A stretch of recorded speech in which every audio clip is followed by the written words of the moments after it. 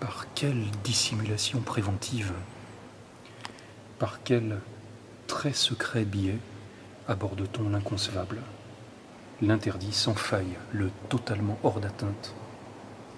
Comment parler de Dieu? Là, il n'y a rien à faire. À ces risques et périls, il faut y aller directement, faire face. Une certaine héroïcité irrationnelle du discours s'impose de par elle-même, et c'est bien cette imposition même qui prouve le passage du feu.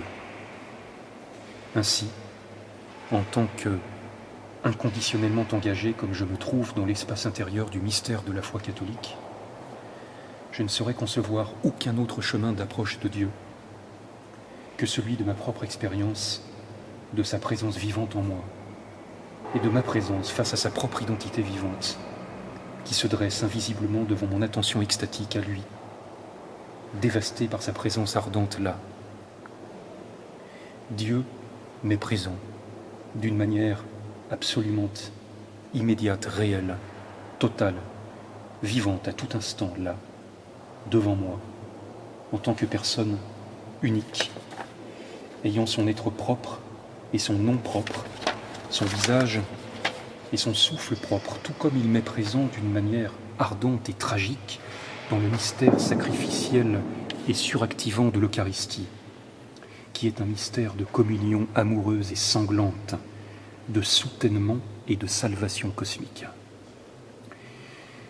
Dieu m'est également dans le profond mystère agissant de son Église, de notre Église, sienne tout comme elle est nôtre, alors qu'en tant que personne vivante, il m'est absolument impossible de le considérer autrement que nuptialement, en la présence permanente de Marie, dans le miroir du cœur immaculé, de ce qui n'en finit plus de se voir, de se reconnaître et de se concevoir, de s'adorer et de s'exalter éternellement lui-même, ensoleillant, ensoleillé.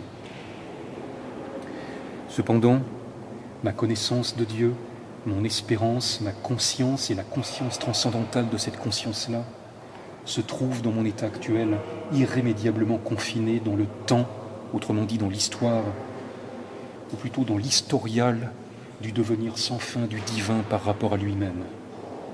Mon existence comporte fondamentalement la tâche prédestinée de servir les desseins de Dieu. Dans l'histoire, la volonté secrète de la divine providence dans ses développements en avant, qui visent tous en dernière analyse l'établissement suprahistorique final de son regnum sanctum, de cet imperium ultimum, dont l'identité historiquement la plus actuelle se dévoile comme étant celle du projet révolutionnaire de notre empire eurasiatique de la fin. Aujourd'hui, les activistes de terrain de la cause révolutionnaire de l'empire eurasiatique de la fin ne sont que des agents secrets de la divine providence en marche. Ainsi, les soubassements historiques occultes de l'Église sont-ils providentiellement le fait d'un ordre impérial et polaire? L'Église étant une communion, une communauté impériale, supratemporelle, obéissant à la spirale d'une centralité hiérarchisante, à un vertige nuptialement en marche, centralité, vertige d'une tension polaire tout à fait suprême. L'être propre de l'Église s'établit donc dans les termes d'un renouvellement amoureux sans fin, où le lien nuptial de Dieu et de Marie, où le feu vivant et dévorant de l'Incendium Amoris alimente secrètement l'édifice de la charité, l'édifice de la communion, de la communauté amoureuse, qui l'entoure comme un immense tourbillon ardent. Tout est renouvellement d'amour, et le lieu même de ce renouvellement, sa source impériale originelle, se situe dans le face-à-face nuptial de Dieu et de Marie, qu'entoure donc le tourbillon ardent de la charité, surgissant de ce renouvellement d'amour, surgissement qui est un chant limpide.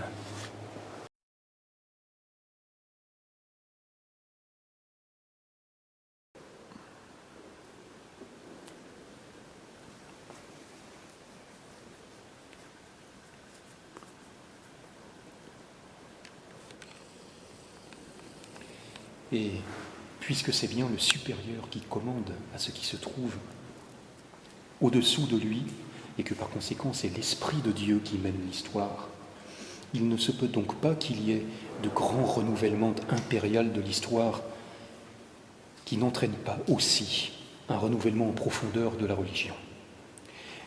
Ou, et bien plus justement encore, que chaque grand renouvellement abyssal de la religion n'exige qu'il y ait un renouvellement impérial, lui correspondant au niveau de l'histoire en marche.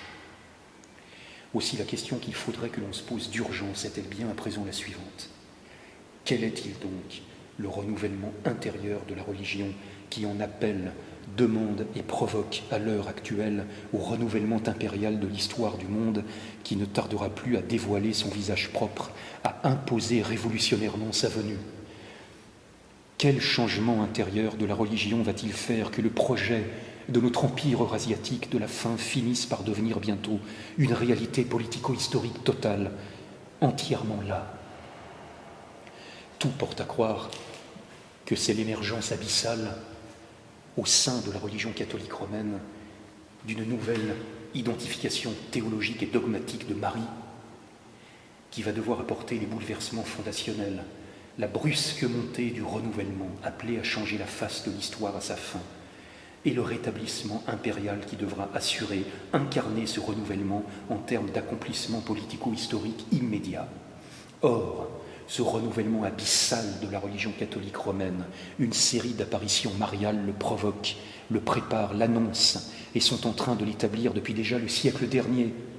La Salette, Lourdes, Fatima, Medjugorje, avec notre très grand Pie XII, la dogmatique romaine s'est dotée d'un appareil théologique fondamentalement marial, culminant avec la proclamation du dogme de l'Assomption de Marie, que l'on peut tenir pour un préliminaire dialectique à la proclamation du futur dogme de la coronation nuptiale et cosmique de Marie. En effet, l'heure est théologiquement venue pour que l'on accuse tout à fait à découvert l'identité de Marie, non plus en tant que mère du Christ, ou plutôt non seulement en tant que telle, mais comme primordialement en tant que l'éternelle épouse de Dieu. Et en tant qu'éternelle épouse de Dieu, comme étant la souveraine maîtresse couronnée des cieux et de la terre, être créé, ayant accédé au statut ontologique d'être incréé, en tant qu'immaculée conception, la divinité de Marie apparaîtra de la sorte à l'égal de la divinité même de Dieu. L'Assomption héroïque et révolutionnaire de Marie deviendra ainsi le modèle transcendantal, le paradigme ascensionnel de la future humanité suprahumaine, voire post-humaine, divinisée, ayant accédé à son statut secrètement prédestiné, à son statut ontologiquement ultime. Les changements en élévation de la race humaine, auxquels en appelle l'avènement suprahistorique final du Regnum Sanctum, trouveront ainsi leur justification plénière dans ce renouvellement abyssal de la future religion impériale du Regnum Sanctum, renouvellement abyssal de la religion, qui, lui, rencontre sa mesure divine et son modèle suprahumain dans le fait de l'Assomption de Marie, en sa suprême souveraineté finale, sponsa Dei, dont il a été dit aussi que una est columba mea et que una est magnissima Dea mea. Le mystère en voie de désoccultisation du futur dogme de la coronation nuptiale et cosmique de Marie s'avérera donc à la fin comme étant aussi le mystère de la future promotion impériale suprahumaine des combattants transcendantaux du Regnum Sanctum, des militants révolutionnaires engagés à l'heure présente dans les grandes batailles préliminaires pour l'établissement de notre empire eurasiatique de la fin.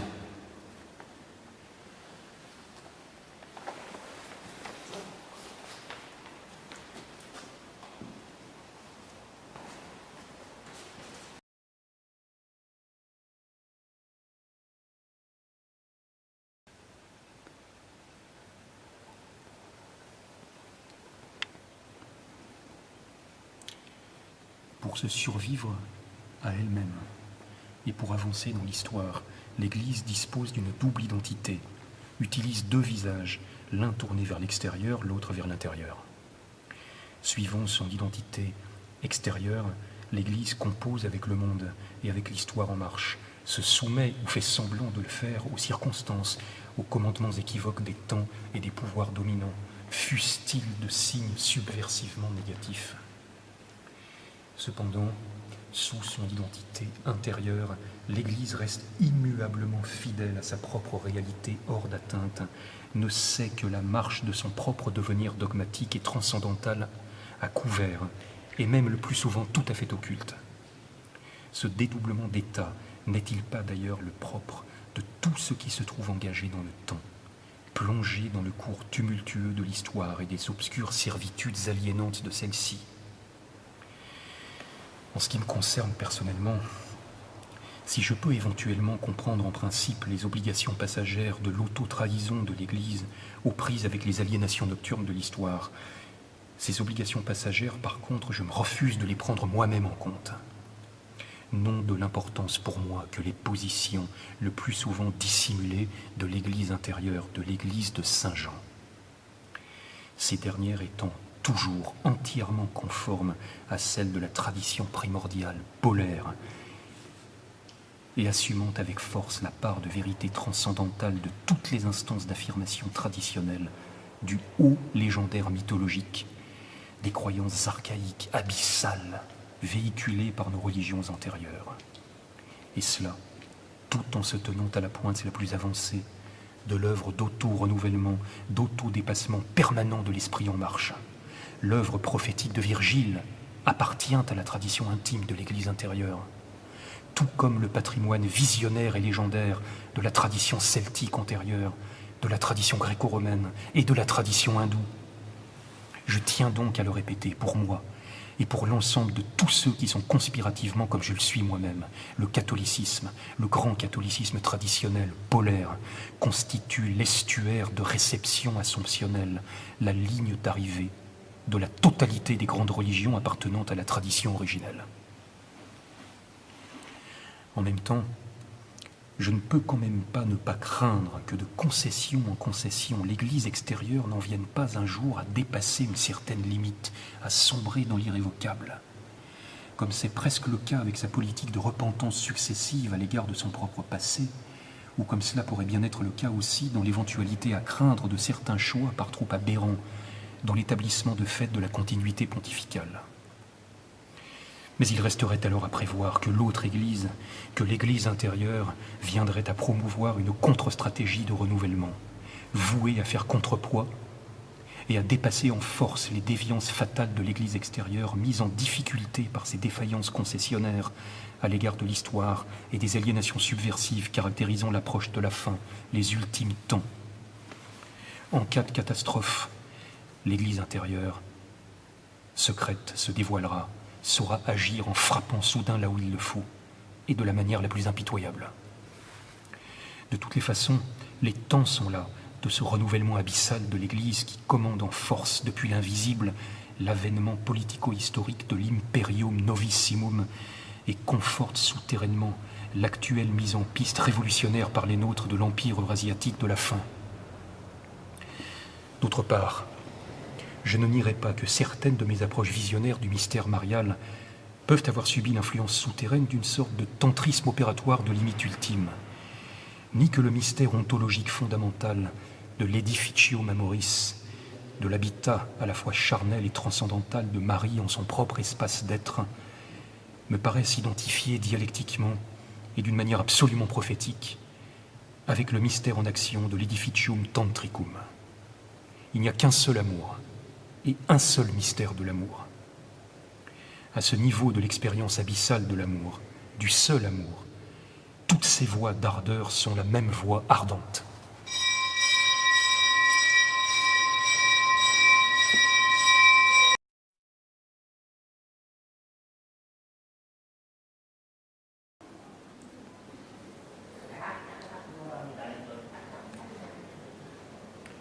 La conception amoureuse du mystère ardent de la divinité qui se dégage des considérations précédentes nous porte donc vers une définition structurelle de l'être même de Dieu.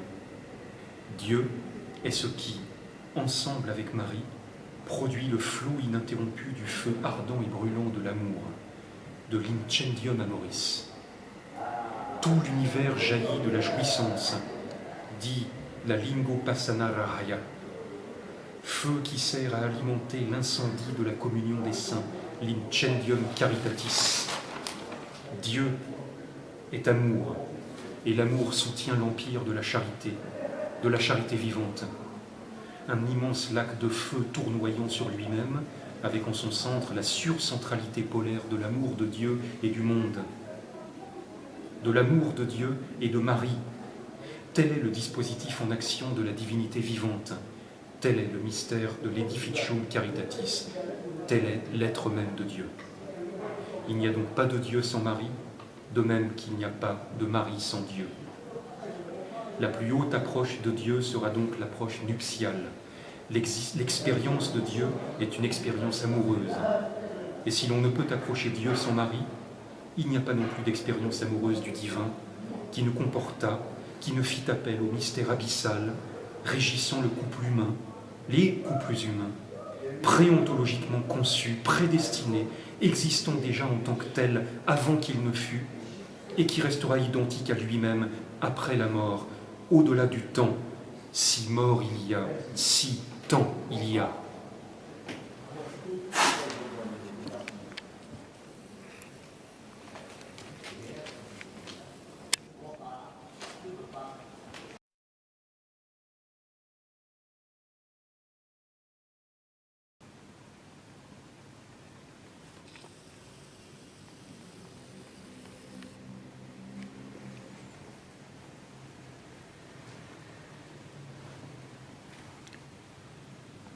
On voudra bien reconnaître que c'est aussi ce que je me suis efforcé de montrer dans tous mes romans, dont le récit intérieur véhicule à chaque fois la montée du divin, de l'incendium amoris, dans les sentiers de l'expérience amoureuse en cours d'un couple ou d'un groupe de couples conçus, prédestinés, pour qu'ils puissent participer à la pénétration nuptiale du mystère marial et polaire de Dieu, du Dieu vivant.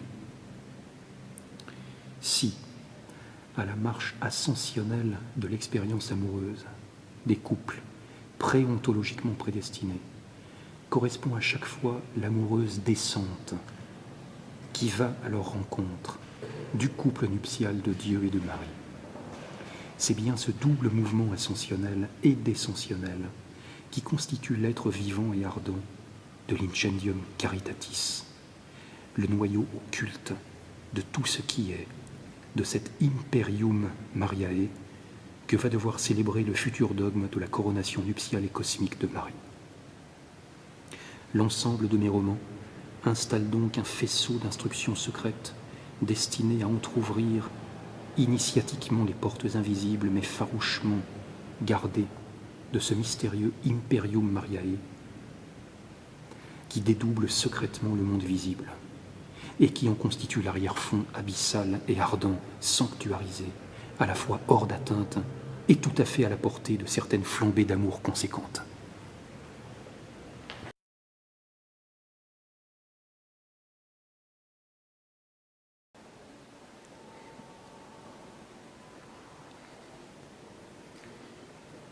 Sur les ultimes hauteurs de l'air, en des spatialités inconcevables, les demeures inviolables de l'être de Dieu s'élèvent comme de limpides architectures invisibles, dont le regard intérieur de l'adoration extatique parvient néanmoins à saisir parfois la fulgurante réalité vive.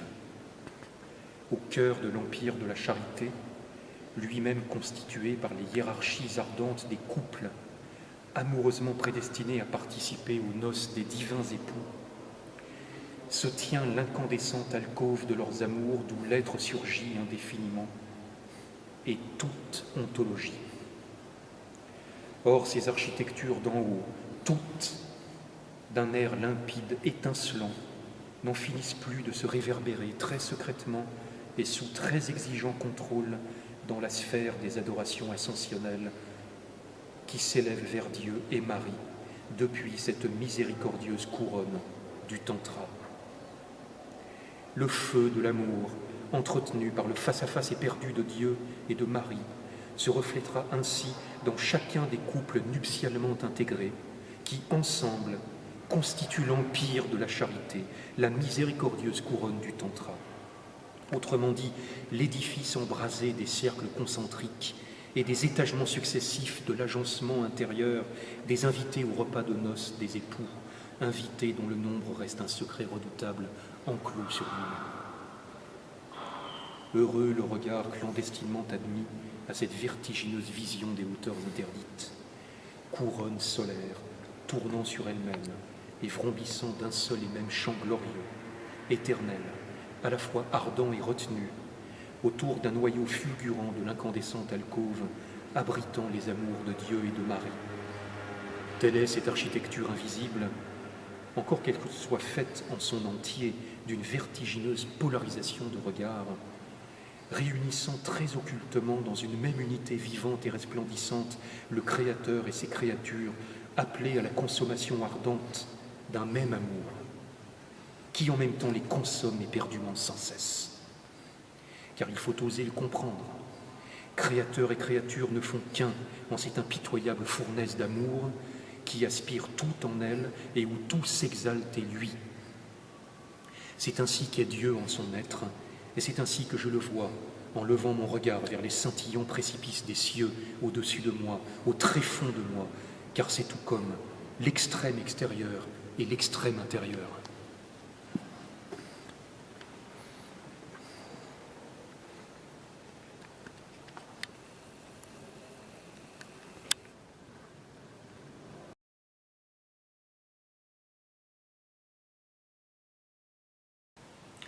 Mais le problème de la mort apparaît aussitôt. C'est contre la mort que se posent toutes les batailles de l'amour. Car c'est avant que la mort n'intervienne que le grand travail philosophique de l'amour se doit d'être accompli, mené à son terme ultime, l'immortalité. En agissant amoureusement, on agit avec Dieu, qui est lui-même amour, et on agit même secrètement sur Dieu, à travers les élévations incandescentes de l'amour vivant. Un rituel terrifiant, et plus que terrifiant, d'un ordre existentiel et cosmique tout à fait abyssal, est alors censé pouvoir mettre en branle des puissances immenses, supra-humaines, et d'aboutissements post-humains, qui se trouvent engagés à obtenir qu'une passerelle livre très occultement passage à ce qui doit passer de ce monde-ci à l'autre monde, du visible à l'invisible et de l'invisible au visible. Et ce qui doit passer ne le fait que sur ordre des conspirations cosmiques de l'amour en marche vers l'accomplissement final de son unique prédestination impériale et polaire, à savoir l'établissement de notre regnum sanctum. Aussi, dans les spatialités intérieures de l'amour, le déconditionnement et la dépersonnalisation amoureuse de stade ultime de ceux qui se trouvent ainsi en état d'approcher du temps même de leur vie, dans leur chair et dans leur souffle, dédoublé par le mystère de l'amour, l'incandescente alcôve où Dieu se trouve face à face nuptialement avec Marie, suffisent à assurer le passage sous contrôle du non-être à l'être, de l'humain au divin, du créé à l'incréé, passage par où ils vont et ils reviennent ensemble. Les amants ontologiquement dénudés et qui donnent cours à l'invitation qui leur a été faite de se rendre clandestinement auprès des divins époux à l'œuvre. Dans la fournaise avancent les amants, ensemble, aspirés et soutenus par la volonté du seul amour qui les a désirés. Certaines hautes manigances amoureuses peuvent ainsi nous amener jusqu'à Dieu. Mais ces manigances sont voulues, commandées et secrètement menées par Dieu lui-même, à chaque fois. Cependant, aussi proche qu'il nous fut, il restera toujours dissimulé. Il y a bien des voies pour atteindre Dieu, mais quant à moi, j'ai d'évidence eu à choisir la plus abrupte de ces voies. Quand je dis que j'ai moi-même choisi ma voie, il faut entendre par là qu'on l'aura choisie pour moi, inexorablement.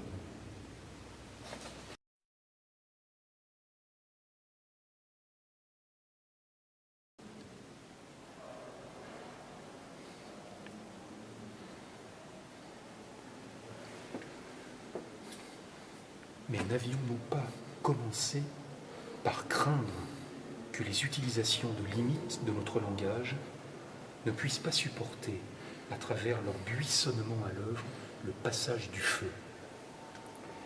En acceptant l'épreuve, nous y sommes pourtant arrivés, mais dans quel état? Le langage ayant véhiculé nos recherches en témoignage sur l'approche immédiate de Dieu n'est à la fin plus du tout notre langage, mais un parler ayant subi les terrifiantes mutilations rituelles de son changement en autre chose, irrémédiablement. De profonds stigmates, de profondes brûlures vives en marquent le cheminement, en supplicient le parcours, même si cela peut ne pas se laisser voir du premier coup. De toutes les façons, à qui s'adresse le présent témoignage, poursuivi, mené d'une si aventureuse manière au bord des précipices que l'on soupçonne? À ceux des nôtres qui se trouvent eux-mêmes en chemin pour rejoindre, dans le visible et l'invisible, les rangs de la conspiration impériale et polaire du Regnum Sanctum.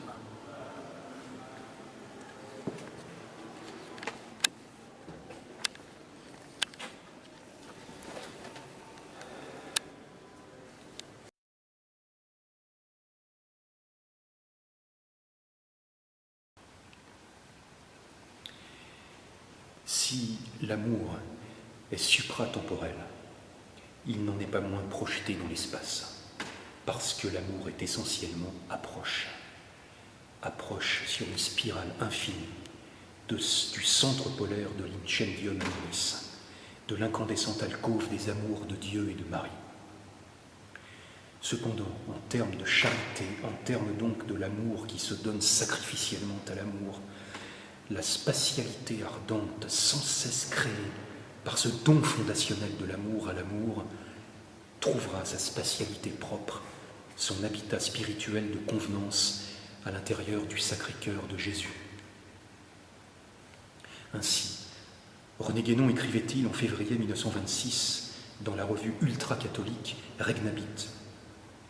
Et c'est là, pensons-nous, la signification la plus complète de l'habitat spirituel dans le cœur du Christ, dont parlait récemment M. Charbonneau-Lasset, janvier 1926, puisque, comme le paradis terrestre, le cœur du Christ est véritablement le centre du monde et le séjour d'immortalité.